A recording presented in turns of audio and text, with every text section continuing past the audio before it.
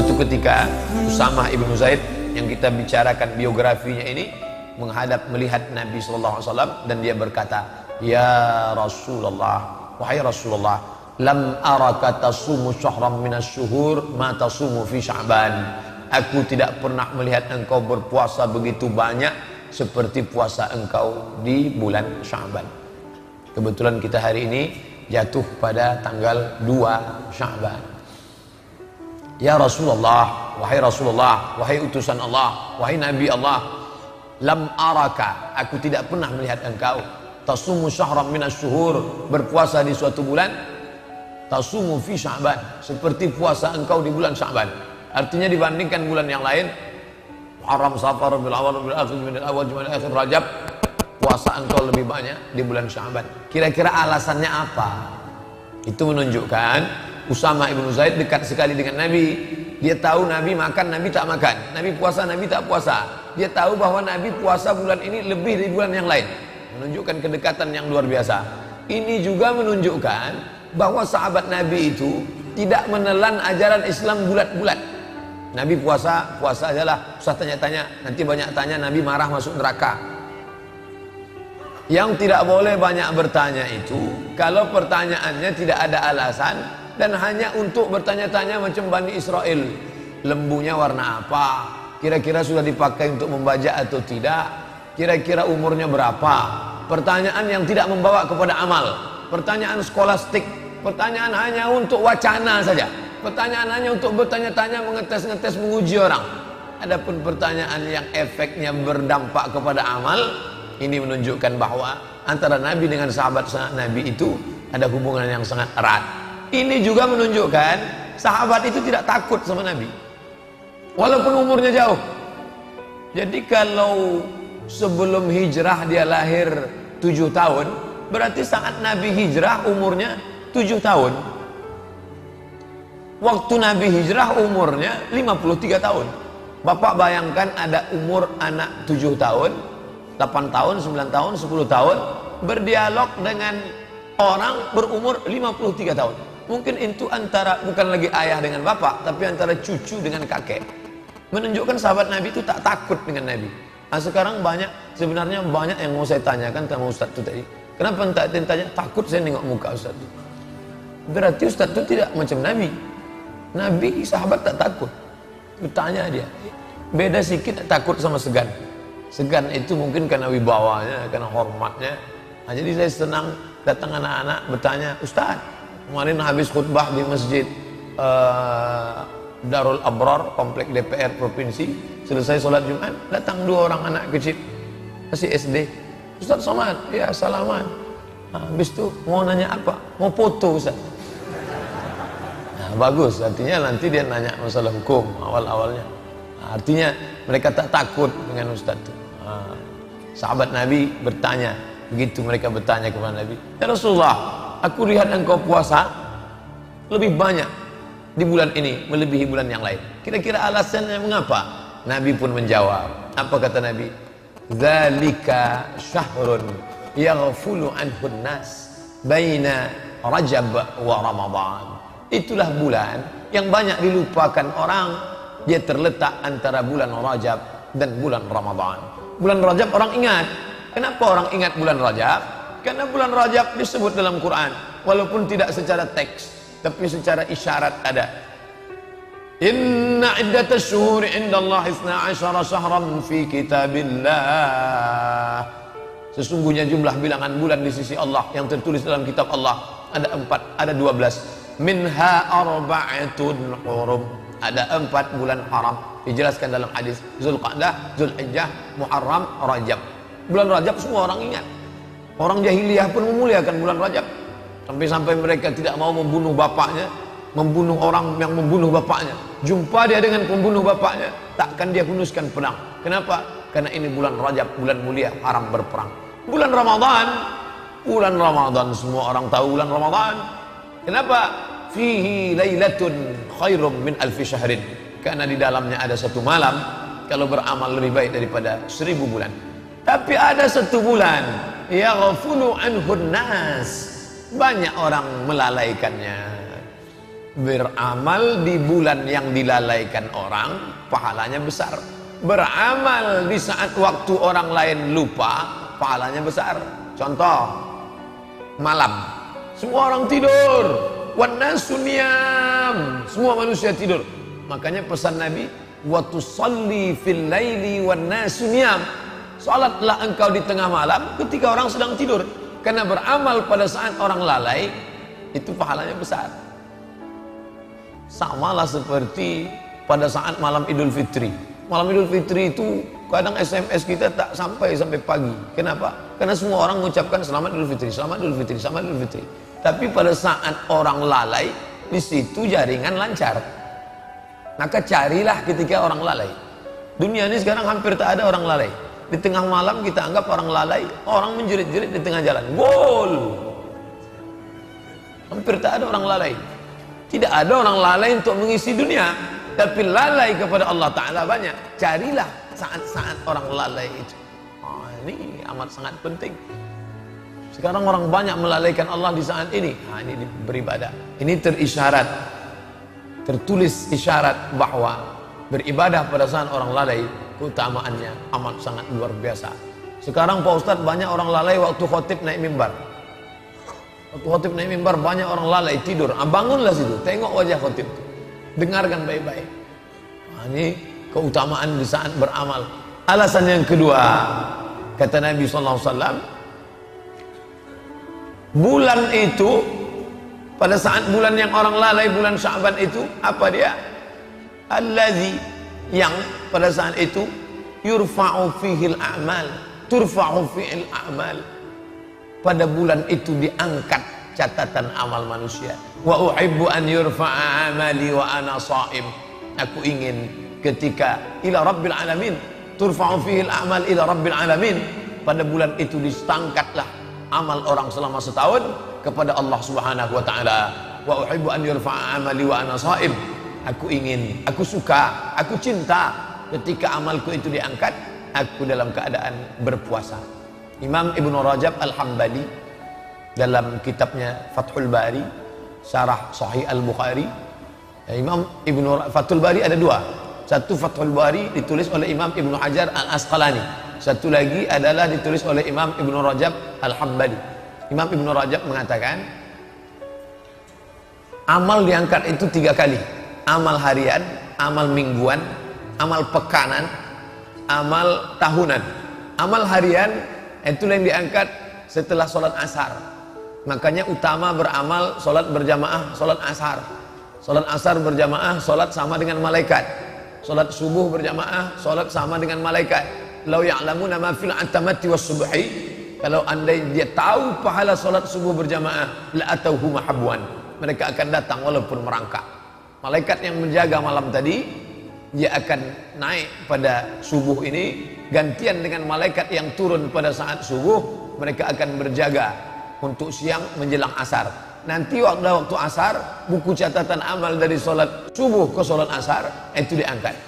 Ini amal harian, kata Imam Ibnu Rajab Al-Hambali. Kemudian ada amal pekanan, saya tak sebut mingguan. Minggu diambil dari kata minggu, artinya hari menyembah Tuhan.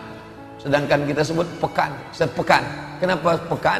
Karena biasanya satu pekan ada pekan, yaitu selama 7 hari. Jumat, Sabtu, Ahad, Senin, Selasa, Rabu, Kamis. Maka pada hari Kamis dianjurkan berpuasa Kamis. Aku ingin pada saat amalku sepekan itu diangkat, aku juga dalam keadaan berpuasa. Dan ada amal rapel selama 1 tahun, catatan full, yaitu amal kita dari sejak mulai Ramadan tahun lalu, Ramadan, Syawal, Zulqa'dah, Zulhijjah, Muharram, Safar, Rabiul Awal, Rabiul Akhir, Jumadil Awal, Jumadil Akhir, Rajab. Maka selama 11 bulan diangkatlah catatan amal kita pada bulan Sya'ban. Wa uhibbu an yurfa'a amali wa ana sha'im. Aku ingin ketika amalku itu diangkat, aku dalam keadaan berpuasa. Pada saat amal harian dilaporkan kepada Allah, Allah bertanya kepada malaikat. Allah bertanya, bukan Allah tak tahu. Allah bertanya dalam banyak ayat, dalam banyak hadis. Allah bertanya, begitu cara Allah mau ngasih tahu kepada orang yang tak tahu. Saya mau kasih tahu ke mahasiswa, Tapi saya ingin bagaimana supaya mereka mendengar jawaban saya ini menjadi segar. Ada rasa ingin tahu. Karena beda antara informasi yang saya sampaikan begitu datar dengan yang saya pancing dulu. Tahukah kalian siapa orang yang paling rugi?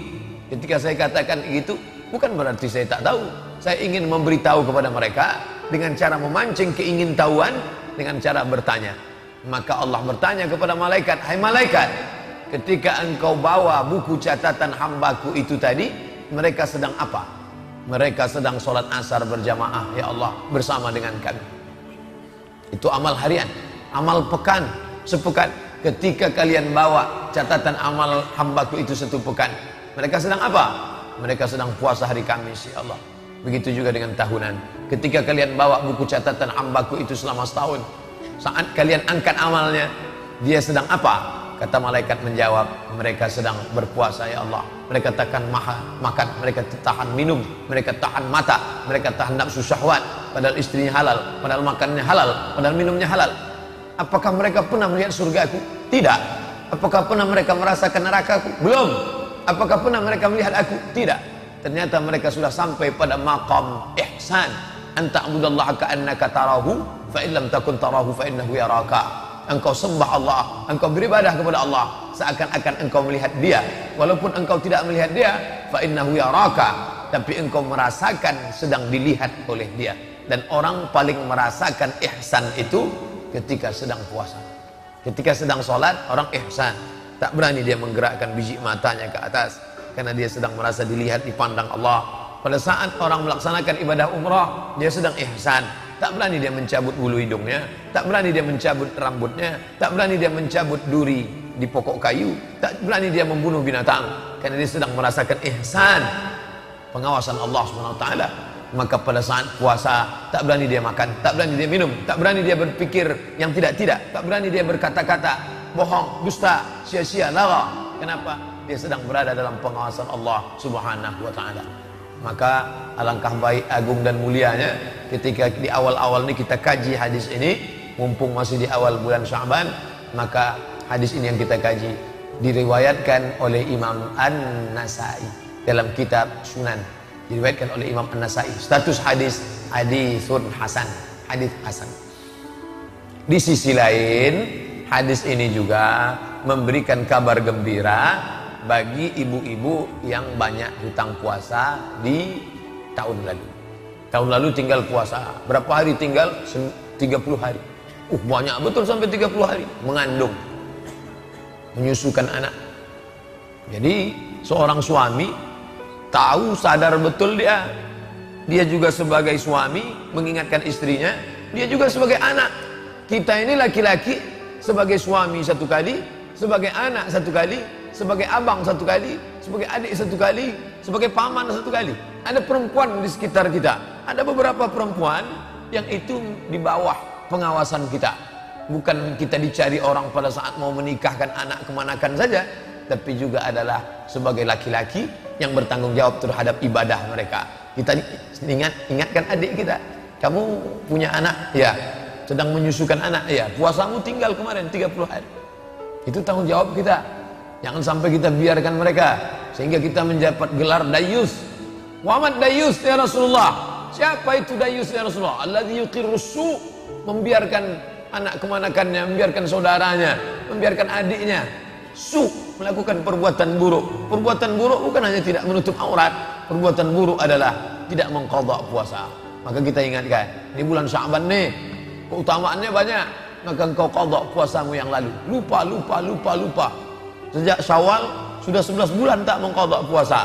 Maka di bulan Sya'ban ini, mumpung masih tanggal 2, besok hari Ahad tanggal 3, hari Senin tanggal 4. Ahad, oke.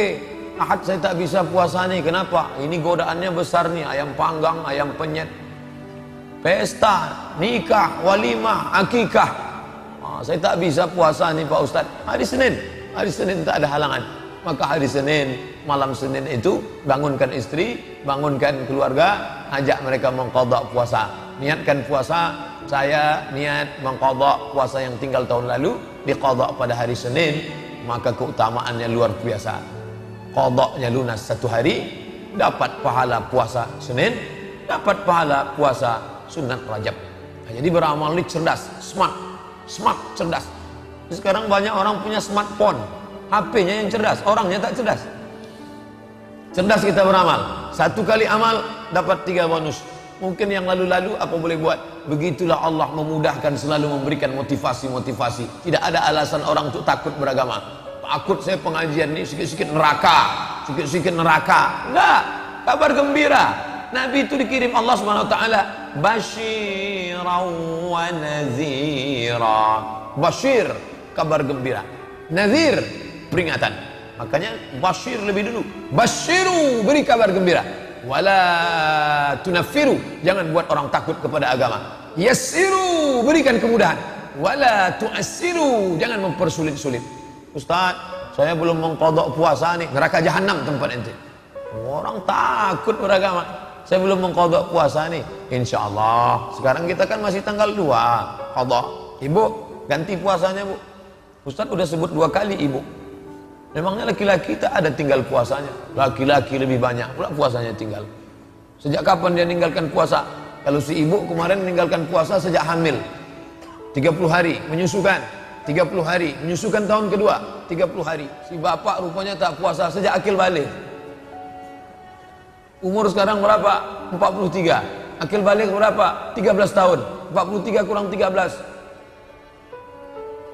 30 tahun tak puasa. 1 tahun 30 hari, 30 tahun 3 kali 3 900 hari tak puasa. Oleh sebab itu qadha, gantilah ini. Jangan disangka taubat selesai. Usolli sunat taubat rakaataini lillahi ta'ala. Puasa tinggal selesai. Ustaz Somad tu macam tak pernah aja tinggal puasanya. Dulu pernah. Sedang puasa saya, datang kawan saya bawa soto Medan. Ayo lamat makan kita, kata dia. Waktu itu masih sekolah. Akhirnya batal puasa, tapi udah saya ganti dah. Yang lalu-lalu itu ditinggal. Qadha. Oleh sebab itu, maka mungkin kita masa lalu pernah meninggalkan puasa, maka kita qadha. Faman kana minkum maridan, siapa yang sakit, au ala safarin, atau musafir, itu juga diganti. Fa iddatum min ayyamin ukhar, ganti di hari yang lain. Oh berat ini Pak Ustaz. Islamnya agama berat ini Pak Ustaz. Dia tidak berat. Dia ingin kita sehat. Qadha saja istiqamah. Senin Kamis 8 hari dalam sebulan. Senin Kamis 8. 10 bulan 80 hari. Tambah Rajab, tambah Sya'ban full. Maka bisa dia setahun itu 100 hari. Bisa lunas puasanya. 1 tahun 100 hari. 9 tahun 900 hari. Orang yang tak puasa selama 30 tahun pun bisa lunas. Badan sehat. Ternyata makanan yang kita makan itu semuanya mengandung racun. Makan apel tidak busuk, tidak dimakan ulat, dibelah, tak ulat. Coba jambu air di belakang rumah kita belah, berulat. Kenapa apel tak berulat? Karena disemprot pestisida, racun. Padi, dulu padi dimakan wereng. Kenapa padi sekarang gemuk-gemuk, berasnya enak? Rupanya padi pun bercampur racun pestisida, menggumpal di dalam darah, menjadi cancer, C-A-N-C-E-R, cancer kata orang barat. Orang kita payah nyebut cancer. Kenapa Pak Pulan? Kanker. Nah, ini apa obatnya? Ternyata orang barat sudah menemukan obatnya, namanya terapi. Mereka takut makan obat, efek samping. Dimakan ini muncul penyakit lain. Maka mereka temukan terapi dengan cara menahan makan. Mereka tak tahu puasa, mereka sebut dengan fasting terapi. Fasting, tak makan berat, tak makan gandum, tak makan roti, tak minum susu. Pokoknya yang makan berat mereka tinggalkan. Selama berapa hari? 8 hari dalam sebulan. Dengan demikian, maka tubuh itu sendiri yang akan memakan racun-racun yang menggumpal di dalam darah, dalam daging, sehingga racun dimakan oleh tubuh. Itu mereka sendiri yang menemukan. Saya ketika ditunjukkan kertas ini ke saya, Ustadz ini ada terapi baru, katanya bagus, tahan makan selama 8 hari dalam sebulan, maka badan kita akan sehat. Subhanallah, Masya Allah. Ternyata Nabi kita sudah mengajarkan itu. Bapak-bapak yang punya banyak hutang puasa di masa lalu, istiqomahlah dengan Senin Kamis. Bagi yang sudah, ini makin menguatkannya. Bagi orang beriman tak ada pengaruh. Informasi dari orang kafir itu tidak mempengaruhi amalnya sedikit pun. hanya sebagai pembanding saja, dia hanya akan tersenyum mendengar cerita ini. Tapi bagi orang yang mula-mula beramal, yang masih mempertanyakan, kalau saya buat ini saya dapat apa? Kalau saya tak buat ini saya dapat. Jadi masih beramal, Ustadz pahalanya apa? Efeknya apa? Tapi bagi orang yang sudah sampai pada tingkat ridha Allah, semua itu dia laksanakan untuk mencari ridha Allah. Saya tahu Bapak Ibu berlevel-level, ada yang sudah sampai pada maqam ridha, tapi masih ada lagi pada masa level untuk mencari pahala. Semuanya itu diayomi oleh Islam. Makanya Nabi mengatakan, kalau kamu puasa ini pahalanya ini, kalau melaksanakan sholat ini pahalanya ini, kalau ibadah ini pahalanya ini. Artinya apa? Islam mengayomi semua level. Tapi bagi orang-orang, saya tidak lagi beramal untuk ingin ini Pak Ustaz, saya hanya ingin beramal ilahi anta maqsudi wa ridhaka matlubi. Semuanya terayomi dalam Islam, karena manusia itu sama macam jari jemari, ada yang level tinggi, ada yang sedang, ada yang rendah. Nah, apapun level kita, semua kita adalah hamba Allah yang merendahkan diri, mendekatkan diri kepada Allah. Salah satu ibadah utama adalah ibadah puasa. Sampai-sampai dikatakan Allah akan menjauhkan dia beratus musim. Satu tahun ada 4 musim. Musim saif, musim panas, musim syita, musim dingin, musim kharif, musim gugur, musim rabi', musim bunga. Maka orang yang berpuasa, Allah sudah menjauhkan dia dari sekian puluh musim bertahun-tahun dari neraka jahanam. Bahkan di antara melaksanakan puasa.